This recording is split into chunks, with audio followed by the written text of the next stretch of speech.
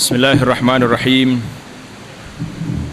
Alhamdulillahirabbil alamin wassalatu wassalamu ala rasulil amin nabiyyina Muhammad ibn Abdullah wa ala alihi wa sahbihi wa man walah, amma ba'd. Pelajaran kita dalam kitab Riyadhus Salihin. Riyadhus Salihin, taman orang-orang yang saleh. Kitabul Fadail, kitab yang menyebut tentang kelebihan, fadilat. Bab kita babu fadli yaumil jum'ah, bab kelebihan hari Jumaat. Sambungan kita dalam hadis dalam bab Jumaat ini, iaitulah hadis Abi Hurairah radhiyallahu taala anhu. Wa an Abi Hurairah radhiyallahu taala anhu anna Rasulullah sallallahu alaihi wasallam zakara yaumal jumu'ati faqala fiha sa'atun la yuwafiquha 'abdun muslimun wa huwa qa'imun yusalli yas'alullaha syai'a illa a'tahu iyyahu wa asyara biyadihi yuqalliluha, muttafaqun alaih. Maksudnya dari Abu Hurairah radhiyallahu taala anhu bahawa Rasulullah sallallahu alaihi wasallam telah bersabda berkaitan dengan hari Jumaat. Jadi Nabi kita masih lagi menyebut tentang kelebihan hari Jumaat. Karena itulah Imam Nawawi masukkan hadis ini dalam Kitabul Jum'ah, dalam Fadailul Jum'ah. Apa kata Nabi? Lalu Rasulullah sallallahu alaihi wasallam bersabda, fiha sa'atun la yuwafiquha 'abdun muslimun. Dalam hari Jumaat ini terdapat satu saat, satu masa yang tidak berbetulan oleh seorang muslim dan dia sedang berdiri melakukan salat sambil berdoa memohon sesuatu perkara kepada Allah, melainkan Allah Ta'ala memberikan apa yang dipohonkannya itu. Rasulullah sallallahu alaihi wasallam mengisyaratkan dengan tangannya sebagai tanda sedikit, yang dimaksudkan itu muttafaqun alaih. Jadi hadis ini menunjukkan kepada kita bahawa pada hari Jumaat ada satu saat, satu masa waktu, kalau kita berdoa pada waktu itu diterima terus doa kita, langsung mendapat perkenan Allah Subhanahu wa taala. Bila doa itu? Tengok hadis yang kedua. Wa an Abi Burdata ibni Abi Musa al-Ash'ari radhiyallahu ta'ala anhu qala Abdullah ibn Umar asami'ta abaka yuhaddisu an Rasulillah fi sya'ni sa'atil jum'ati qala qultu na'am sami'tuhu yaqul sami'tu Rasulullah sallallahu alaihi wasallam yaqul hiya ma baina an yajlisal imamu ila an tuqdas salatu, rawahu Muslim. Dari Abu Burdah bin Abu Musa. Tengok ni, sahabat-sahabat ni semua dia guna Abu belaka. Itu dia panggil kunyah dia Abu sekalian. Abu fulan. Nama dia lain tu. Bin Abu Musa al-Ash'ari ini, Abu Musa ni sahabat yang hebat, yang besar, yang rapat dengan Nabi sallallahu alaihi wasallam. Katanya Abdullah bin Umar radhiyallahu taala anhuma. Tengok sahabat, sama-sama dia belajar. Abdullah bin Umar, Abdullah ni sahabat, dia sendiri sahabat. Umar ayah dia Ibnul Khattab, sahabat yang sangat rapat dengan Nabi. Dia kat khalifah yang kedua, tapi masih lagi merendah diri. Dia pergi jumpa dengan siapa? Dengan Abu Burdah. Hei Abu Burdah, adakah engkau mendengar ayahmu menceritakan tentang daripada Rasulullah sallallahu alaihi wasallam tentang hari Jumaat? Ada tak mu dengar ayahmu beritahu pada kamu? Boleh jadi Abdullah bin Umar dia dengar daripada orang lain. Orang lain itu cerita daripada Abi Musa al-Ash'ari, maka dia nak pastikan cerita. Tengok. Dalam peristiwa ini ada beberapa pengajaran yang cukup besar kepada kita. Pengajaran yang pertama, tawadhu' as-sahabah. Para sahabat sangat tawadhu' sama-sama dia. Dia boleh pergi. Dia sahabat boleh pergi tanya orang di bawah, orang tabi'in tentang hadis. Ini menunjukkan bahawa mereka tidak sombong. Kalau kita hari ni, orang tua-tua, orang besar-besar nak mari tanya ustaz muda-muda, berapa hari baru? Dia main berapa hari baru? Perlekeh balik. Tidak di kalangan sahabat, dia tunduk, dia mari tanya. Itu yang pertama. Yang kedua, ini menunjukkan bahawa ilmu itu luas. Walaupun Abdullah bin Umar ni sahabi, tapi hadis ini diriwayat oleh Abi Musa, tidak melalui jalan Ibnu Umar. Maka dia bertanya, ada ke tidak ayahmu Abu Musa cerita kepada engkau tentang kelebihan hari Jumaat? Maka Abu Burdah jawab, ya, saya pernah mendengar ayah saya menceritakan. Tengok betapa telitinya para sahabat ketika menukilkan hadis. Menukilkan hadis, satu-satu hadis aku dengar ayah aku kata.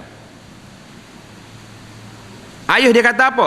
Sami'tu, aku dengar Rasulullah sallallahu alaihi wasallam bersabda. Apa Nabi sabda? Hiya ma baina an yajlisal imamu ila an tuqdas salah. Waktu yang mustajab itu ialah di antara duduknya imam di atas mimbar, imam di atas mimbar sampai salat diselesaikan. Hadis ini riwayat Imam Muslim. Maka hadis ini kena baca dua, tak boleh baca satu-satu, barulah kita boleh faham.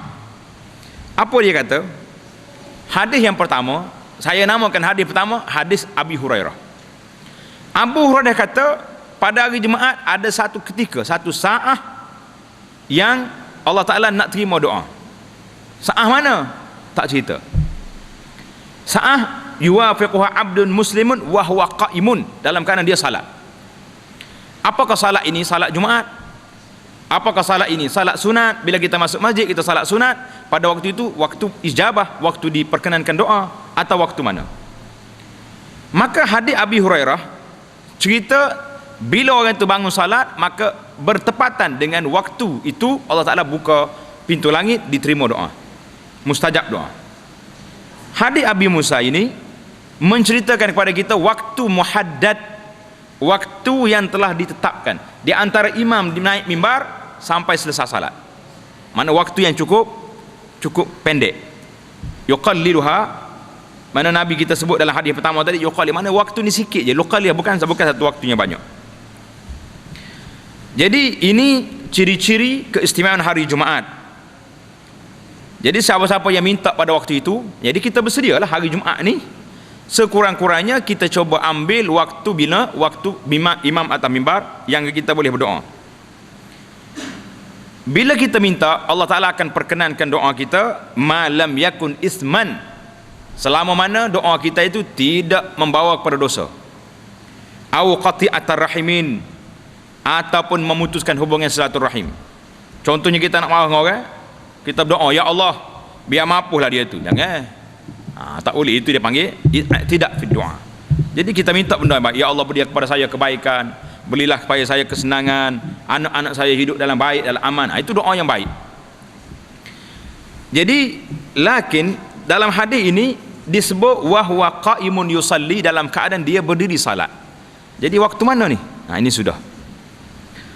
Jadi ulama berbeza pendapat, tanda di kertas tuan-tuan tu. Ulama berbeza pendapat dalam menentukan saat ini. Ada kata di awal siang, awal hari, ada kata di tengah hari, ada kata di akhir hari. Ikhtalafu fiha ala aktsar min 40 qaulan. Ada 40 pendapat ulama dalam masalah ini. Jawabnya, sehari Jumaat tu kena doa belaka daripada awal sampai ke maghrib, jumpalah kita. 40 pandangan di sini sama seperti ikhtalafu fi lailatul qadri. Sama juga dengan pandangan ulama berpuluh pandangan tentang nak menentukan bila malam Lailatul Qadar. Jadi setelah diteliti, pandangan-pandangan yang banyak ini dipanggil mutadakhilah. Orang panggil masuk dalam ni. Setelah ditapis-tapis, maka di sana ada dua pandangan yang besar. Iaitulah yang pertama dalam hadis Abi Burdah ini, Abi Musa al-Asy'ari, Dia itulah di antara imam naik mimbar sehingga selesai salat. Jadi kita nak berdoa masa mana?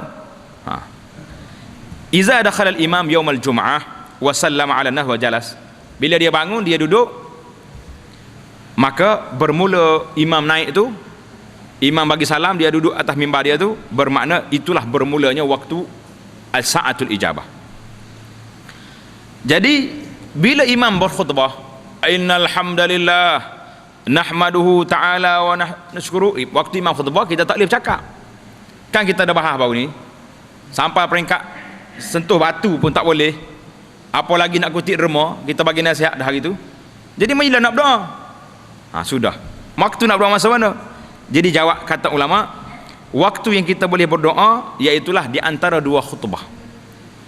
Waktu imam barakallahu li walakum fil Quranil azim, duduk, kita terus doa, jangan duduk cakap sana sini. Jadi doa kita tu mesti murakkaz, mesti fokus. Apa benda yang aku nak minta hari ni?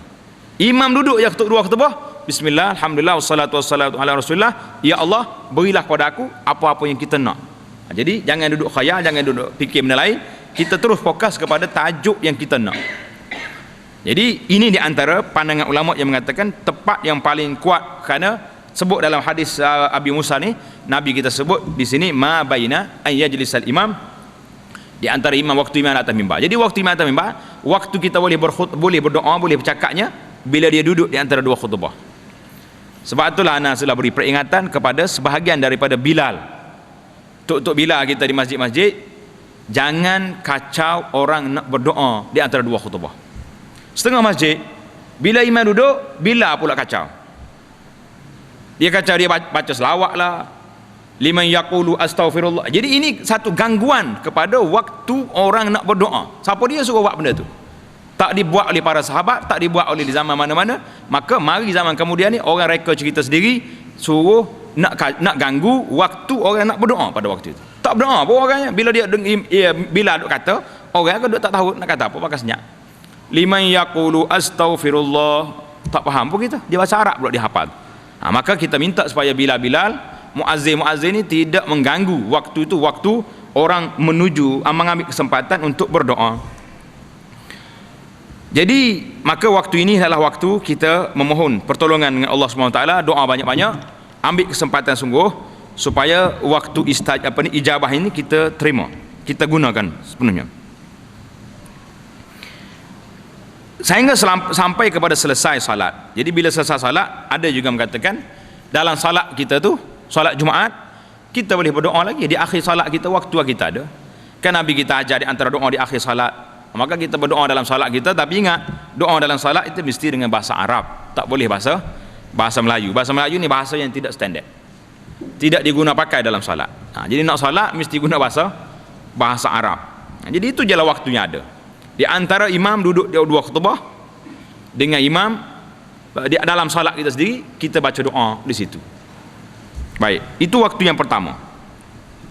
Waktu yang kedua, min salatil asri ila ghurubis syamsi. Waktu yang kedua, waktu istijabah, waktu ijabah juga, iaitulah daripada salat asar sampai ke maghrib. Asar, maghrib, mana waktu petang Jumaat. Jadi petang Jumaat, lebih-lebih lagi waktu dekat nak ghurubis syamsi, dekat nak matahari nak jatuh tu, kita fokuskan tu, waktu itu waktu berdoa kepada Allah Subhanahu Wa Taala dengan sebenar-benarnya, minta Allah Taala terima doa pada waktu itu. Jadi petang Jumaat ni tak payahlah duk cari roti canai lagi, duk cari roti payah, roti apa ni, roti telaga, tak payah dah. Kita guna waktu itu waktu untuk berdoa kepada Allah dekat nak maghrib tu. Mari awal ke masjid lah kalau payah kak. Jadi timbul di sini dia kata wahwa qaimun yusalli. Macam mana nak salat? Dia kata dalam keadaan dia sedang berdiri salat. Lepas asar tak ada salat sunat. Jadi ulama ni syarah hadis, masya-Allah, jazahumullahu khairan, dia tak tinggal apa yang fikir dalam kepala kita, dia jawab semua. Selepas asar tak ada salat sunat. Macam mana dia kata waktu mustajab tu? Dalam keadaan dia bangun salat. Jadi ulama mengatakan boleh kita kira bila orang itu masuk masjid, dia ambil wudu, kemudian dia masuk dalam masjid, dia semaya sunat wudu atau sunat tahiyatul masjid. Pada waktu itu dia berdoa pada Allah pada waktu petang, dan itulah di antara sa'ah al-ijabah yang diharapkan Allah Ta'ala menerimanya. Jadi itu dalil yang menunjukkan bahawa dua waktu yang ditentukan, adapun waktu-waktu lain itu baqil aqwal laisa 'alaiha dalilun bayyin, tidak ada dalil yang jelas mengikut kata syarah kitab Riyadhus Salihin ini. Kita pergi kepada hadis yang terakhir dalam bab Jumaah. Wa an Aus bin Abi Aus. Tengok orang Arab ni senang bahas. Senang dia cari nama dia. Aus bin Aus. Mana kita ada nama dua kali? Nama ayah tak ada. Aus bin Aus. Kalau kita nama Muhammad, Muhammad bin Muhammad. Boleh? Imam Ghazali yang sangat masyhur dia tu, Abu Hamid Al-Ghazali, 3 kali nama ulang tu lah. Muhammad bin Muhammad bin Muhammad Al-Ghazali. Coba kita buat sekali. Tak nama anak kita, orang Melayu ni bukan nak Muhammad bin Muhammad. Anak dia seorang 4 nama dah. Muhammad Abdullah berapa lagi? Allah, macam-macam. Nak tulis dalam IC tak cukup pula. Pegang seorang anak pegang 2 kad kenal dia sebab nama tak cukup. Buat nyanyi orang anak lah kau tu. Tak nak panggil, hak ekor sekali panggil. Akhir kali Muhammad begini-gini panjang 2-3 panjang apa ni? Nak isi boreh apa tak muat. Akhir sekali panggil Long, betul anak sulung. Jadi Long juga nama. Tanya anak dia nama apa awak? Long. Mana Muhammad sekian-sekian? Tak tahulah mana. Jadi tak guna juga panjang-panjang. Nama ni untuk dikenali, bukan untuk dipamerkan. Ya, baiklah. Kita pergi pada cerita Aus bin Abi Aus ni. Qala Rasulullah sallallahu alaihi wasallam, inna min afdali ayyamikum yaumal jum'ati fa aktsiru alayya minas salati fihi fa inna salatakum ma'rudatun alayya. Rawahu Abu Dawud bi isnadin sahih. Dari Aus bin Aus katanya radhiyallahu anhu, katanya Rasulullah sallallahu alaihi wasallam bersabda, sesungguhnya seafdal-afdal hari kamu dalam seminggu itu hari Jumaat. Jadi dalam seminggu hari Jumaat hari yang paling afdal. Maka perbanyakkanlah membaca selawat ke atasku pada hari Jumaat. Banyakkan baca selawat ke atas Nabi sallallahu alaihi wasallam pada hari Jumaat. Selawat tak selawat kita hari ni? Tak berapa selawat. Duk ingat ke benda lain. Rugi dah lah. Nabi kata fa'aksiru alayya minas salati fi. Banyakkan selawat ke atasku pada hari Jumaat dan juga malam Jumaat. Kita khususkan masa ni Jumaat ni untuk selawat kepada Nabi sallallahu alaihi wasallam. Duduk dia Allahumma salli ala Muhammad wa ala ali Muhammad. Sebab sesungguhnya selawat kamu itu akan ditunjukkan kepadaku. Hadis ini diriwayat oleh Imam Abu Daud dengan sanad yang sahih. Jadi hadis selawat pada Nabi sallallahu alaihi wasallam panjang. Nabi kita sallallahu alaihi wasallam inilah di antara permintaan dia. Hak Nabi kita minta dengan kita tak banyak. Yang pertama sekali, kul in kuntum tuhibbunallaha fattabi'uni. Kalau kamu sayang kepada Allah, ikut aku. Nabi kita suruh ikut dia. Apa yang dia buat, nak salat, sallu kama ra'aitumuni usalli. Nak pergi haji, khuzu anni manasikakum. Apa saja perbuatan, kelakuan, perkataan, kita ikut bacaan, kita ikut hak Nabi kita sallallahu alaihi wasallam lakukan. Baik, itu satu. Permintaan yang kedua, Nabi suruh kita selawat banyak pada dia. Fa aksiru alayya minas salah, banyakkan selawat ke atasku. Kemudian Nabi kita minta supaya kita minta al-wasilah, kuasa syafaat, darajat yang tertinggi dalam syurga bila setelah selesai azan. Itu di antara permintaan-permintaan Nabi kepada kita. Permintaan Nabi, tapi kalau kita buat, kita yang dapat pahala, dapat faedah. Jadi masalah salat ni kita kena ingat, Nabi kita sallallahu alaihi wasallam ini seorang manusia yang sangat haknya cukup besar ke atas kita. Besar tak besar?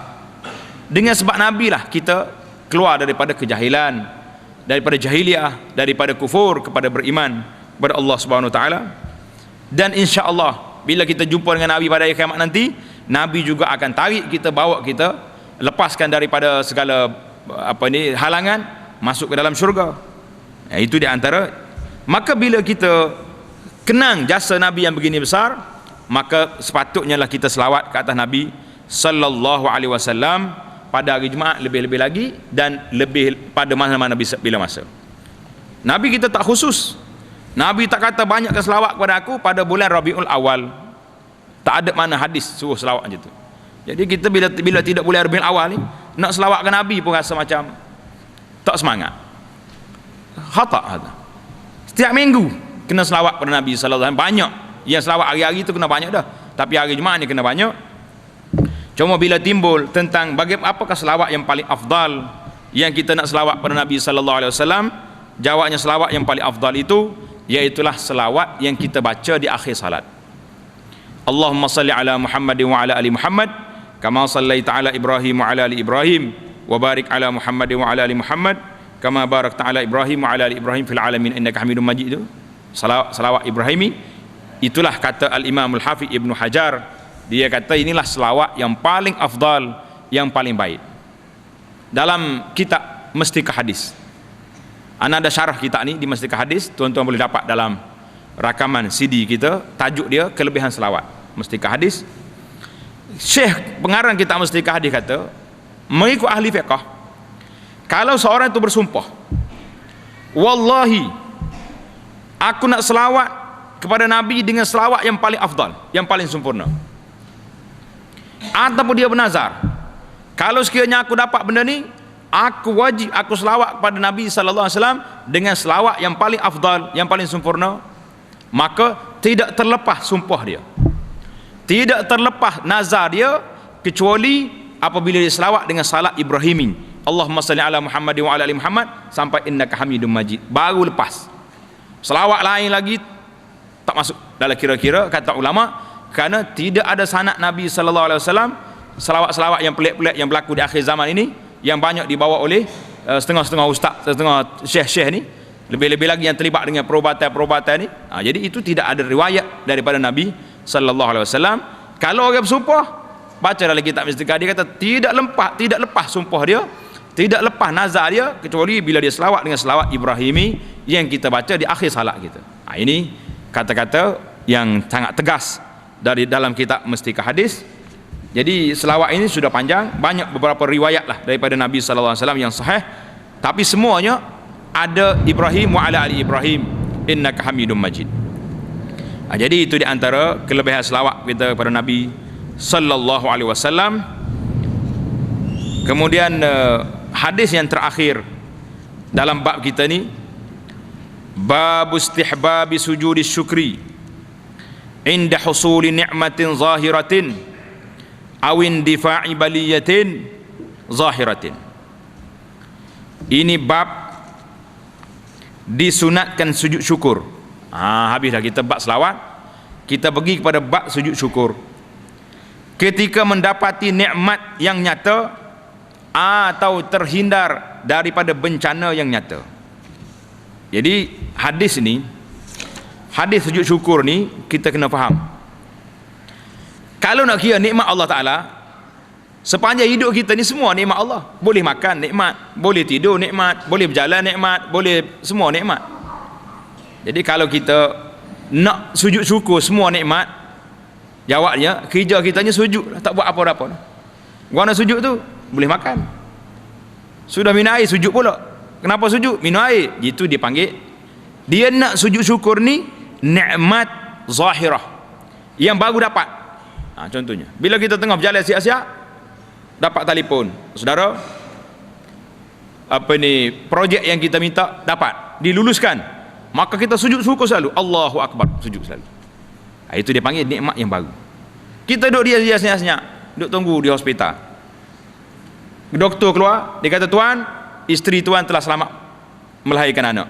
Sujud syukur. Itu dia panggil nikmat mutajaddidah, nikmat yang baru berlaku, nikmat yang zahir, yang baru nyata. Anak kita dapat periksa boleh banyak, balik-balik, ayah ni slip saya punya periksa, tengok-tengok anak kita semua dapat belaka, alhamdulillah, terus sujud syukur. Ini dipanggil sujud syukur, sujud kepada nikmat yang zahirah yang berlaku, baru berlaku. Tengok hadis. An Sa'd bin Abi Waqqas radhiyallahu ta'ala anhu qala kharajna ma'a Rasulillah sallallahu alaihi wasallam min Makkah nuridul Madinah falamma kunna qariban min Azwara nazala thumma rafa'a yadayhi fada'a Allah sa'atan thumma kharra sajidan famakasa tawilan thumma qama farafa'a yadayhi sa'atan thumma kharra sajidan fa'alahu salasan wa qala inni sa'altu rabbi wa syafa'tu li ummati fa'atani thulutha ummati fa kharartu sajidan li rabbi syukran thumma rafa'tu ra'si fa sa'altu rabbi li ummati fa'atani thulutha ummati fa kharartu sajidan li rabbi syukran thumma rafa'tu ra'si fa sa'altu rabbi li ummati fa'atani as-thulutsal akhar fa kharartu sajidan li rabbi, rawahu Abu Daud. Jadi dari Sa'ad bin Abi Waqqas katanya, kami keluar bersama Rasulullah sallallahu alaihi wasallam dari Mekah menuju ke Madinah. Ketika kami menghampiri Azwara, nama tempat ni Azwara ni, Rasulullah sallallahu alaihi wasallam turun daripada kenderaannya. Nabi kita turun daripada unta dia. Kemudian mengangkat kedua tangannya dan terus berdoa kepada Allah Taala seketika. Nabi kita angkat tangan berdoa. Kemudian Rasulullah sallallahu alaihi wasallam sujud. Kemudian berdiam diri agak lama. Kemudian berdiri mengangkat kedua tangannya seketika. Kemudian Rasulullah sallallahu alaihi wasallam sujud lagi. Dan perkara ini berlaku selamanya 3 kali. Berdoa, sujud. Berdoa, sujud 3 kali. Kemudian Rasulullah sallallahu alaihi wasallam bersabda, memberitahu kepada sahabat-sahabat dia, hei para sahabat, sesungguhnya aku memohon kepada Allah supaya aku dapat memberikan syafaat kepada umatku. Allahu Akbar. Nabi kita berdoa nak minta kuasa nak beri pertolongan kepada umat. Lalu Allah memberikanku 1/3 daripada umatku. 1/3 dulu dapat. Kemudian aku turun untuk sujud kerana menyatakan kesyukuran kepada Allah. Seterusnya aku mengangkat kepala, lalu aku bermohon lagi kepada Tuhanku untuk umatku. Kemudian Allah memberikan kepadaku 1/3 umatku lagi, dapat lagi, kali yang kedua. Lalu saya turun pula untuk bersujud kepada Tuhanku kerana menyatakan kesyukuran kepada Tuhanku. Seterusnya saya mengangkat kepalaku sekali lagi, lalu aku bermohon kepada Tuhanku untuk umatku. Kemudian memberikan pula 1/3 yang terakhir, maka aku turun untuk bersujud kepada Tuhanku. Hadis ini riwayat Abu Daud, kata setengah ulama sanadnya dhaif. Jadi itulah cerita Nabi kita sallallahu alaihi wasallam sujud syukur. Jadi kalau kita dapat sujud syukur, dapat apa-apa kita nikmat, kita sujud. Kalau lepas daripada bala, sama juga. Kita ni dalam ketakutan, ada masalah, contohnya orang nak kacau kita ke apa benda, tiba-tiba tak ada apa-apa, sujud. Hari ni minta perlindungan Allah Ta'ala, banyak berlaku kes aksiden. Kita duduk berjalan kereta, mari kereta depan kita aksiden berlaku, kereta kita lepas, berhenti sujud. Jangan berhenti ambil gambar orang tu, tak, berhenti sujud syukur dulu. Jadi hari ni berhenti, manusia kalau berhenti hari ni bukan nak tolong orang aksiden, berhenti nak ambil gambar, berhenti nak ambil nombor kereta, nak pergi tiket ekor lah, berhenti nak telefon ke kereta tunda pasal dapat komisen. Banyak karut lah boleh kata lah ni. Dia kita tolong orang sakit tu, hak tu cerita ambulans tu. Jadi hak dia ni kira nak ambil gambar, nak ambil cerita-cerita yang apa benda yang manusia ni. Baik. Jadi bagaimana cara dia? Kita sujud. Apa nak baca dalam sujud? Dia kata apa ni? Sujud di sini 2 kali sujud ke sekali? Ini soalan dia. Jadi dalam hadis ni kata fa kharra sajidan li rabbi, sujud sekali ya. Dia tak sujud 2 kali. Allahu Akbar, dia sujud. Nabi kita baca dalam kitab ni, kata kita baca seperti dalam sujud biasa. Subhana rabbiyal a'la wa bihamdihi, subhanakallahumma rabbana wa bihamdika Allahumma ghfirli. Kemudian kalau boleh, kalau bahasa Arab kita pandai, kita kata ashkuruka, coba kata sekali, ashkuruka ya rabbi ala hadhihi ni'mah. Kalau tak ada bahasa lain, tak boleh nak kata, kita kata syukran laka ya Rabb, syukran laka, syukr. Mana sebut kita ni syukur kepada Allah SWT. Tuhan tahulah bahasa kita tu bahasa mu'allah, bahasa Arab ni tak erti. Itu mana? Setakat tu ya kita pandai. Minta maaf lah dah. Mungkin nak suruh belajar tak ada masa dah. Kalau ada masa kena belajar bahasa Arab ni. Rugi tak nak bercakap dengan Allah Taala kalau tidak. Jadi timbul di sini bacaannya kita sebut macam kita baca dalam sujud. Sujudnya sekali je dia kata. Cuma adakah kita kena ambil wuduk? Bila kita dengar ni nak ambil wuduk ke terus sujud? Ada sebagian ulama kata ambil wuduk, tawaduk baru sujud. Pandangan ulama yang kuatnya mengatakan bahawa as-sahih annaha la tushtarat, tidak payah ambil wuduk, kerana kita bukan salat, kita sujud.